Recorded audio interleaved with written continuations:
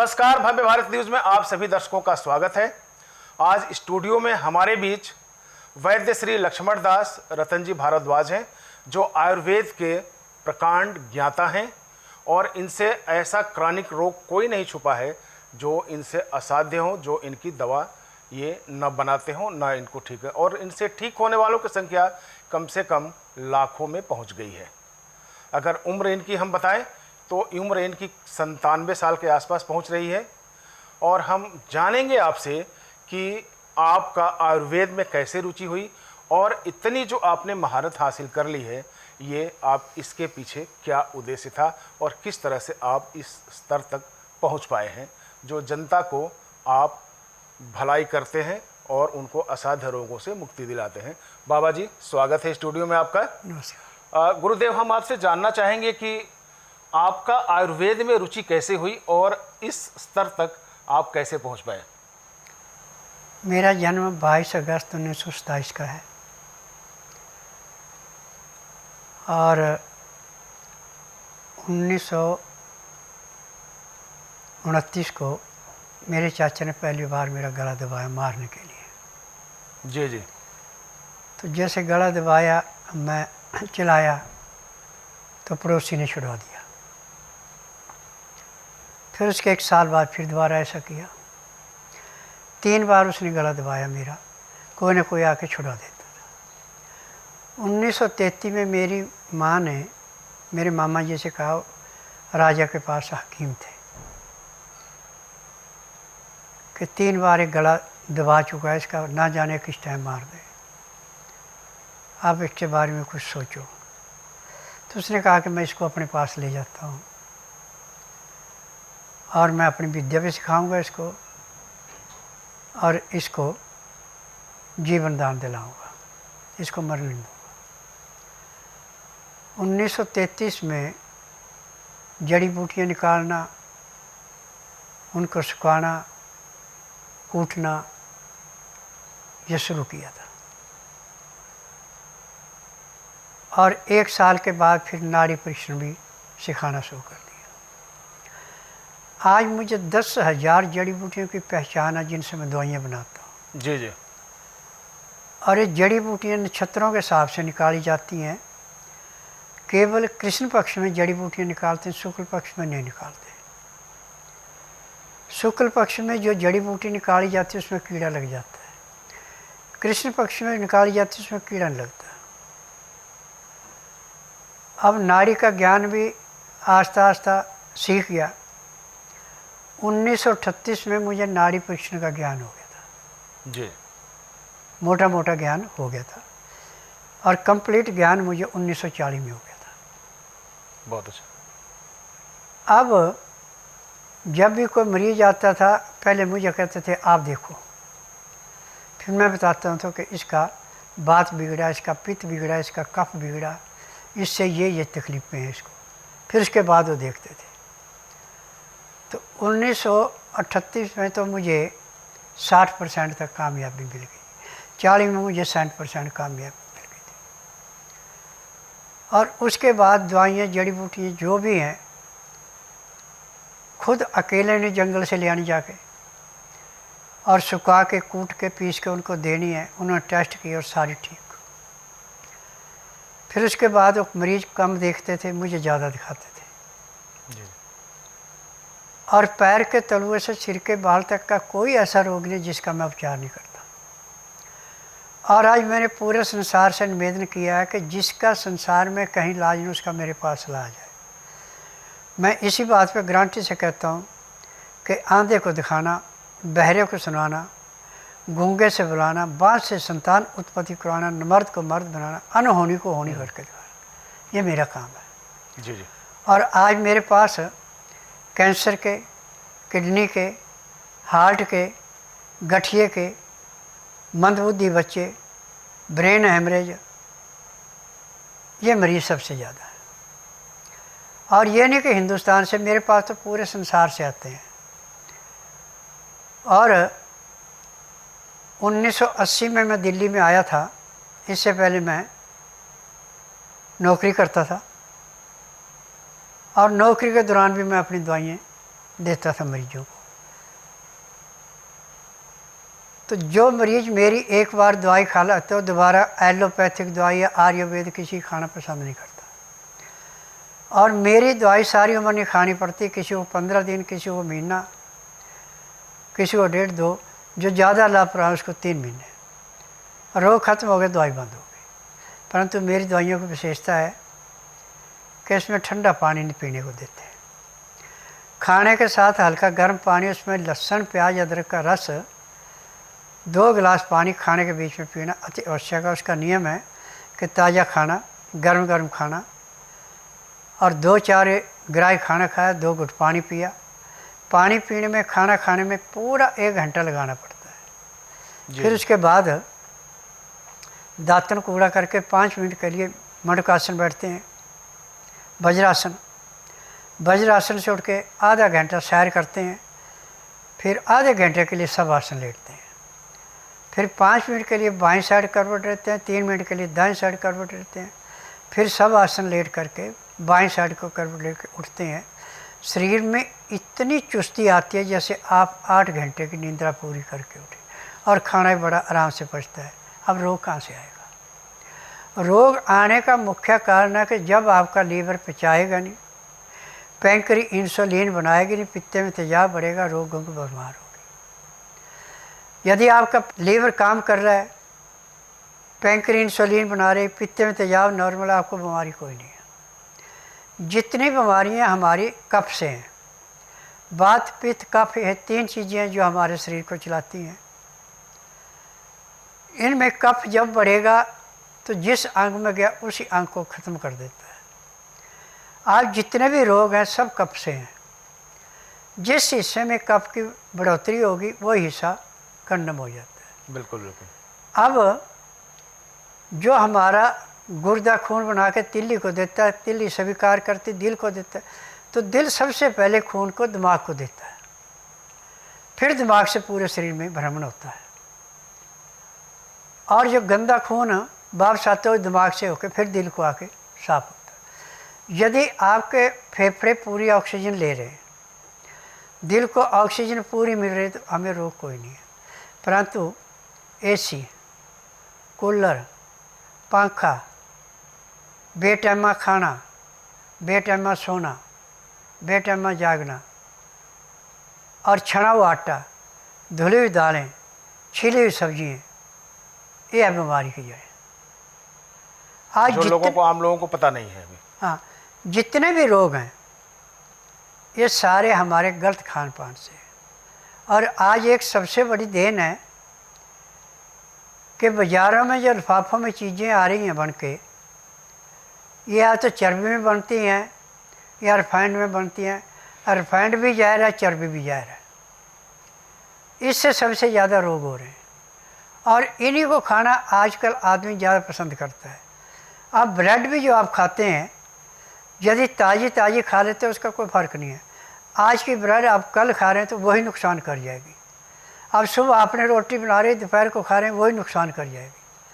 ताज़ा उसी टाइम बनाएं, उसी टाइम खाएं, तो हमें रोग ही कोई नहीं है, आशंकाएं नहीं होगी। होगी नहीं। देखिए, कहा जाता है कि बालन बांका कर सके जो जग बैरी होए, जाको राखे साइयाँ मार सके ना कोई। तो आपकी भी स्थिति वही रही है। आज आप हमारे बीच बैठे हुए हैं तो उसका कारण है ऊपर वाले की मर्जी है, और ऊपर वाले ने इसलिए अभी तक बरकरार रखा है ताकि जो क्रॉनिक डिजीज़ हैं, जो आयुर्वेदिक जो पद्धतियां हैं उसके हिसाब से अगर दवा की जाए तो इंसान कभी बीमार नहीं पड़ सकता। खान पान आजकल हमारे यहाँ दूषित हो चला है। पाश्चात्य संस्कृति को देखते हुए जो खान पान है दूषित है, और हम आपसे वही जानना चाहेंगे कि खान पान का तरीका एक इंसान को किस तरह से किया जाए, पहला सवाल है। दूसरा, मैं आपको ये बताना चाहता हूँ कि आप आयुर्वेद के साथ साथ जो नाड़ी विशेषज्ञ हैं, देखिए नाड़ी आज की तारीख में जो गिने चुने हमारे यहाँ जो वैद्य हैं पूरे भारतवर्ष में, वो ना के बराबर हैं। जिनके तरीके नाड़ी देखने के कुछ और होते हैं, व्यावसायिक चाशनी में लपेटे जा चुके हैं। लेकिन आपके बारे में जो हमें जानकारी मिली है वो ये है कि अगर नाड़ी का शोधन अगर करना है तो आप अगर सुबह परीक्षण कराना है तो 10 बजे रात से ही आपको खाना छोड़ना पड़ेगा। और बाकी की आप बाबा जी बताएंगे कि नाड़ी परीक्षण की जो विधियां हैं आप किस तरह से लेते हैं, और क्या जो आज की तारीख में जो है हमारे यहाँ जो बड़े बड़े मशीन लगे हुए हैं स्कैनिंग के लिए, बड़ी बड़ी मशीनें लगी हुई एक्सरे के लिए, बड़ी बड़ी मशीनें हैं सोनोग्राफी के लिए, तो उन मशीनों से जो रिजल्ट आता है और आपके नाड़ी परीक्षण से जो आता है, क्या दोनों में कहीं अंतर होता है या आप उन पे भारी पड़ते हैं? जमीन आसमान का अंतर है जी। नाड़ी परीक्षण में MRI, CT scan, x-ray, ultrasound, ECG, sonography 5 second में हो जाती है। 5 सेकंड में? 5 सेकंड लगते हैं टोटली। मशीनों में आपको हफ्तों में रिपोर्ट मिलती है। जी जी। और वो भी क्लियर नहीं होती। उदाहरण के तौर पे यदि आप BP चेक करते हैं, एक मशीन से 10 बार करें, 10 बार रिपोर्ट अलग अलग देगी। शुगर चेक करते 10 बार अलग अलग रिपोर्ट आएगी। परंतु नाड़ी ज्ञान एक ऐसा ज्ञान है जिसमें जो रिपोर्ट आई वो ही रहेगी, आप चाहे 50 बार चेक करें, वो नहीं बदलेगी। और इसमें बाल के समान भी कहीं अंतर है तो वो भी दवाई साथ चलती है। मशीनों से टेस्ट करके या आपसे पूछ के या रिपोर्ट देख के जो दवाइयाँ दी जाती हैं, सिर्फ उस आँख को सुन करने के लिए दी जाती हैं जहाँ तकलीफ है। रोग काटने की दवाई कोई नहीं है। एलोपैथी में तो किसी रोग की दवाई बनी नहीं है, सिर्फ इतना है कि जहाँ पे आपको तकलीफ है उस आँख को सुन करना, आप कहेंगे मुझे आराम है। और जो हमारा आयुर्वेद, यूनानी, होम्योपैथी, नेचुरल चिकित्सा है, इनमें फार्मेसी में दवाइयों का नुस्खा पूरा नहीं तो दवाई काम कहाँ से करेगी। और मेरी अपनी फार्मेसी दवाइयाँ बनाने की, मुझे 10,000 जड़ी बूटियों की पहचान है जिनसे दवाइयाँ बनाता हूँ। और मेरी दवाइयों की विशेषता है कि पेट में जाने के 10 सेकंड में अपना असर दिखाना शुरू कर देती है। और रोग आपका चाहे 20 साल पुराना, जिस दिन आएंगे उसी दिन 10 से 15% आराम तो आपको 2 घंटे मिल जाता है परमानेंट। जी जी। और किसी को दवाई 15 दिन खानी पड़ती है, किसी को महीना, किसी को 1.5, ज़्यादा 2-2.5 महीने। रोग खत्म हो गए, दवाइयाँ बंद हो गई। मेरी दवाई सारी उम्र नहीं चलती। आज संसार में ऐसा कोई रोग नहीं जिसका मेरे पास इलाज नहीं है। उदाहरण के तौर पे आपके दांत में कीड़ा लगा, भयंकर दर्द हो रहा है। जी जी। यदि डॉक्टर उसको दांत को निकालेगा तो भी आपको सुन करने के लिए कम से कम 10 से 15 मिनट लगेंगे। और फिर भी गारंटी नहीं है कि पूरा दांत निकल जाए, ना निकल, टूट जाए। और मेरे पास कितना भयंकर से भयंकर दर्द है, 1 सेकंड लगता है दर्द मिटाने में। रुई ली, चाकू लिया, पीपल के पेड़ के पास गए, मंगल शनिवार नहीं जाना, बाकी रोज जाओ। जहाँ पे पीपल की छाल नरम है वहाँ पे ब्लेड का चीरा लगाओ, दूध निकलेगा, रुई भगो। जहाँ पे कीड़ा लगा वहाँ दांत पे उस रुई को रखो, मुंह बंद करो, रुई रखते दर्द बंद हो गया। अब 5 मिनट तक आपका मुंह बंद रहेगा, रुई निकालेंगे तो दांत के अंदर जो कीड़ा वो भी मरा हुआ उसके साथ ही आ जाएगा। अब दांत में दर्द नहीं होगा। अब जैसे दांत में खोल है तो उस खोल को डॉक्टर से साफ करवा के खाने वाला चूना और हल्दी लेके जैसे एमसिल मिलाते ऐसे मिला करके उस छेद में भर दो। 5 मिनट के लिए मुंह बंद कर लो, रुई रख के, उसके बाद उसको साफ करा लो। अब जब तक आप जिएंगे ना वो दांत हिलेगा, ना दर्द करे, ना कोई तकलीफ होगी।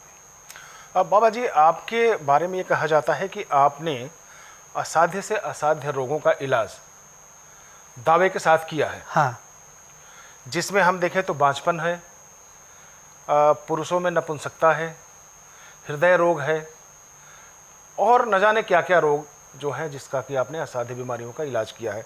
अब हम एक एक जानते हुए आपसे हम प्रार्थना करेंगे, आप बताइए कि जो हार्ट अटैक आते हैं आज की तारीख में, आप देख रहे हैं कि लोग चलते चलते गिर जा रहे हैं, स्टेज पे गिर जा रहे हैं, बच्चे स्कूल जा रहे हैं तब वहाँ पे हो रहा है, कोई अपना बर्थडे मना रहा है तब हो रहा है, कोई शादी पे घोड़ी पे सवार हो रहा है, चला जा रहा है, वो गिर जा रहा है।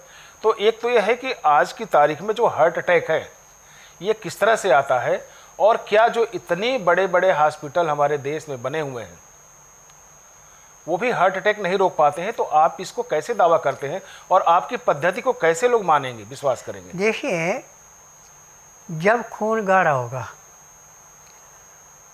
और फेफड़े से दिल को ऑक्सीजन पूरी नहीं मिली, नस ब्लॉक हुई, हार्ट अटैक हो गया, आदमी ख़त्म हो गया।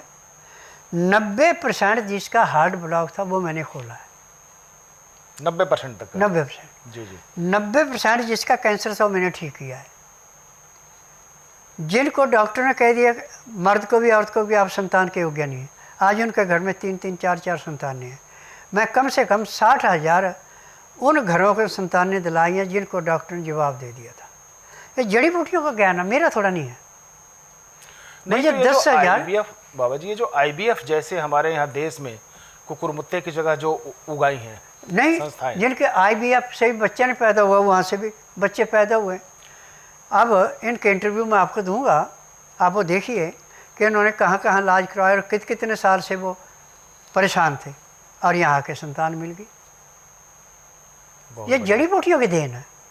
हमारे पास एक पेड़ नहीं है, सैकड़ों पेड़ हैं ऐसे जो संतानें पैदा करते हैं। और जो नपुंसक हैं, कितने बड़े बड़े होर्डिंग लगे कि हमने ये कर दिया वो कर दिया, कुछ नहीं है उसमें। सिर्फ उनको शुक्राणु नहीं बढ़ाए जाते, उनकी सेक्स पावर बढ़ाने के लिए कुछ दवाइयाँ हैं ऐसी एलोपैथिक, जिनसे कैप्सूल के रूप में दें चाहे इंजेक्शन के रूप में दें, टेम्परेरी कुछ समय के लिए होता है, परंतु उसके बाद वो बिल्कुल कंडम हो जाते हैं। और हमारी जो दवाई है वो परमानेंट है। तभी तो मैं कहता हूँ कि आंधे को दिखाना, बहरे को सुनाना, गूंगे से बुलाना, बांझ से संतान उत्पत्ति कराना, मर्द को मर्द बनाना, अनहोनी को होनी करके लाना, जिसका इलाज कहीं नहीं उसका इलाज करना। अब डॉक्टर प्रेशर करते हैं, प्रेशर करके वहाँ पे पस पड़ गई, नसर पैदा, उसको ठीक नहीं कर सकते। नसर वाला भी मेरे पास 1 महीने से ज़्यादा इलाज नहीं होता, 1 महीने में नसर समाप्त हो जाता है। अच्छा, मतलब ये कहना चाहते हैं कि अगर हम एलोपैथ में जाएं तो एलोपैथ की जो दवाइयाँ हैं वो हम सालों साल खाते रहें, यानी कि जब तक ज़िंदगी होता है तब तक हम खाते रहते हैं। लेकिन आपके यहाँ वो दवाइयाँ हैं कि मैक्सिमम 15 दिन से लेकर 3 महीने तक, 3 महीने तक की दवाइयाँ हैं, इसके बाद मुक्ति मिल जाएगी। लेकिन उसमें ये भी तो है ना कि खाने की जो विधि है वो आपकी कड़ी होगी। वो तो कड़ी है। ठंडा पानी नहीं पीना, चाय कॉफ़ी मीट अंडा नहीं लेना, वैष्णु खाना, और हल्के से रखा, छौंक बहुत कम लगाना। यदि आपको रोटी चुपड़ने की आदत है, रोटी चुपड़नी नहीं है, गाय का घी है तो आप ले सकते हैं, खुद घर में बनाया है। बाज़ार से लेंगे उसमें मिलावट होगी, नुकसान करेगा। और बल्कि सबसे अच्छा है कि यदि सरसों का तेल निकालें या काले तिल का तेल निकालें तो ये अमृत है। काले तिल के तेल की और विशेषता बताऊँ कि आपके दांत में झुनझुनाहट होता है, जी जी, गर्म सर्द नहीं खाया जाता, दांत हिलना शुरू हो गए, मसूड़े फूल गए। आप 2 चम्मच काले तिल का तेल मुंह में डाल के उसका कूला करिए ऐसे, फिर थूक दें, आपके दांत मजबूत भी होंगे और सारा कुछ भी ठीक हो गया। और इसको आप सब्जी में थोड़ा सा भी छौंक लगा के खाते हैं तो ये भी घी जैसी ताकत देता है। बेशुमार जड़ी बूटियों का ज्ञान है आपके पास में, हम एक एक करके लेते रहेंगे और अपने दर्शकों को बताते रहेंगे कि किस तरह से वो फ़ायदा ले सकते हैं। लेकिन जो हमारा अभी का जो सवाल है वो ये है कि हार्ट अटैक की बीमारी का आपके पास क्या निदान है और किस तरह से इसको आप ठीक करते हैं? हार्ट अटैक की बीमारी के लिए मामूली इलाज आपके घर में ही है। जी जी। 2-3 तुलियाँ लहसुन की ले लो मोटे वाली, 5 से 10 ग्राम तक अदरक ले लो जी, और 5 ग्राम ले लो दालचीनी। अब 1 गिलास बकरी का दूध मिल जाए सोने पर सुहागन, तो गाय का दूध, भैंस का दूध या दूसरा दूध कोई नहीं चल रहा। जितना दूध है उतना उसमें पानी मिला दो। मिट्टी का बर्तन और सोने पे सुहागन है तो अमोनिया का बर्तन छोड़ के आप किसी भी बर्तन में तंग मुंह वाले में ढक्कन दे के उसको धीमी आंच पे इतना उबालें कि पानी सारा सूख जाए, दूध भी 1 गिलास का पौना गिलास रह जाए, फिर उसको नीचे उतार लें। जब उसका टेम्परेचर 15 से 18 डिग्री रह जाए, अब उसको आप खाते जाइए, दूध को पीते जाइए। और जो उसके अंदर डाला है, आपने दालचीनी पीस के डाली है, लहसुन और अदरक आपने कूट के डाला है, वो भी बड़े आराम से मलाई जैसा खाया जाएगा। एक ही खुराक लेने के बाद आपको जो तकलीफ़ महसूस हो रही थी हार्ट पे वो नहीं होगी। जब सुबह शाम दोनों टाइम लेना शुरू कर देंगे तो जिसकी 90% नसें ब्लॉकिंग हो चुकी हैं वो 1 महीने पूरी हो जाएगी। 1 महीने ज़्यादा का इलाज ही नहीं है। बहुत अच्छी बात है। तो चलिए, ये रही आपका हार्ट अटैक से बचने के जो हमारे देसी नुस्खे हैं, ये आपने बताया है। लेकिन मैं ये भी बताऊंगा कि आपका जो आश्रम है वो है नजफगढ़ नांगलोई रोड पर, कोटला बिहार, फेज़ 2 है। जहाँ की आप स्वयं की दवाइयाँ बनाते हैं, कहीं दवाई आपकी बाहर से नहीं आती है, आप खुद उसका शोधन करते हैं। शोधन करने के बाद आपके यहाँ जो मरीज आते हैं, मरीज मेरे ख्याल से 10 से कितने बजे तक आप देखते हैं यहाँ पे? 10 से 12 2 घंटे देखता हूँ। अच्छा, एक सवाल और, जो नाड़ी शोधन आप करते हैं उसके लिए क्या विधियाँ आप अपनाते हैं? वैसे भी जिस दिन मरीज ने आना उस दिन बुधवार नहीं होना चाहिए। मतलब जिस मरीज को नाड़ी शोधन कराना है उनके बारे में आप क्या बताना चाहेंगे? उसको ऐसा है कि जैसे वीरवार को आना तो बुधवार की रात को 10 बजे तक खा पी ले, दातन कूड़ा करके पेट भर के पानी पी ले, फिर बड़ी इलायची मुंह में रख के चूसते रहे। सुबह जब तक मैं नाड़ी परीक्षण करूँ तब तक 1 बूंद भी पानी नहीं पीना, ना कुछ खाना। जी जी। 9 से 10 के अंदर अपना नामकरण कराना। 10 से 12 में नाड़ी परीक्षण करता हूँ। नाड़ी परीक्षण में पैर के तलुए से सिर के बाल तक की MRI, CT scan, x-ray, ultrasound, ECG, sonography सब कुछ 5 सेकंड में हो जाती है। फिर उसके बाद मैं बोलता हूँ मरीज को कि आपको ये इतना पुराना रोग है, ये परहेज है, परहेज कर सकते तो दवाई ले लो। यदि परहेज आपके बस का नहीं है दवाई मत लो, क्योंकि आयुर्वेदिक दवाइयाँ परहेज करेंगे तो अमृत है, परहेज नहीं करेंगे तो मिट्टी है। और ये सारी जड़ी बूटियाँ होती हैं, इनमें किसी किस्म का केमिकल नहीं होता। इनमें जड़ी बूटियाँ हैं, उनकी जड़ें हैं, पत्ते हैं, छाल हैं, फल हैं, फूल हैं। जिस पेड़ की जो चीज़ चाहिए वही चीज़ लेंगे। आज संसार में ऐसा कोई पेड़ पौधा नहीं है जो कि किसी न किसी रूप में काम ना आता हो। अब सबसे ज़्यादा हमें 5 पेड़ों की सबसे सख्त ज़रूरत है। बेल का पेड़, सम्मी का पेड़, गुल्लर का पेड़, ढाक का पेड़, आक का पेड़, पीपल का, बड़ का। ये पेड़ तो हमेशा घर के नज़दीक होने चाहिए। यदि कोई बगीचा है तो उसमें लगा दो, खेत खलिहान आपके पास उसमें रोड के किनारे लगा दो। आयुर्वेद के पास ऐसा माना जाता है बाबा जी कि आयुर्वेद की जो ट्रीटमेंट है वो लोग इसलिए नहीं ले पाते कि एक तो आयुर्वेद देर से फ़ायदा करता है। ऐसा मेरा नहीं कहना है, जो लोग बाहर हैं उनका कहना होता है। वैसे भी एक तो देर से फ़ायदा करता है, दूसरी चीज़ें हैं कि ये महंगी बहुत हैं।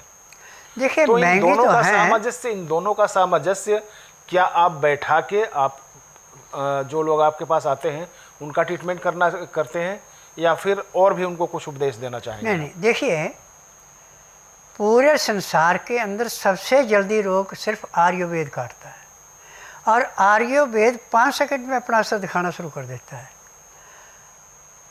एलोपैथिक में कम से कम 10 से 15 मिनट लगते हैं, इसमें लगते हैं। कोई भी रोग है, हर एक रोग ऐसे समाप्त होता है जैसे जलती अग्नि में पतंगा नष्ट होता है। आयुर्वेद का ज्ञाता, दूसरे नाड़ी विशेषज्ञ, और वो भी जब सारी दवाइयाँ अपने हाथों से बना के देता है तो निश्चित तौर पर वो देवतुल्य हो जाता है।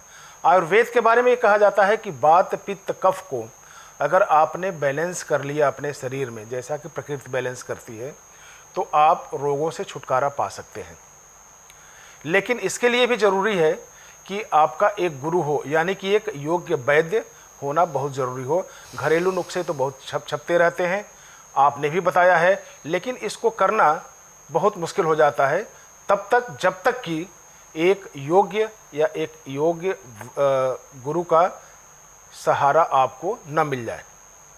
तो आज के एपिसोड में इतना ही।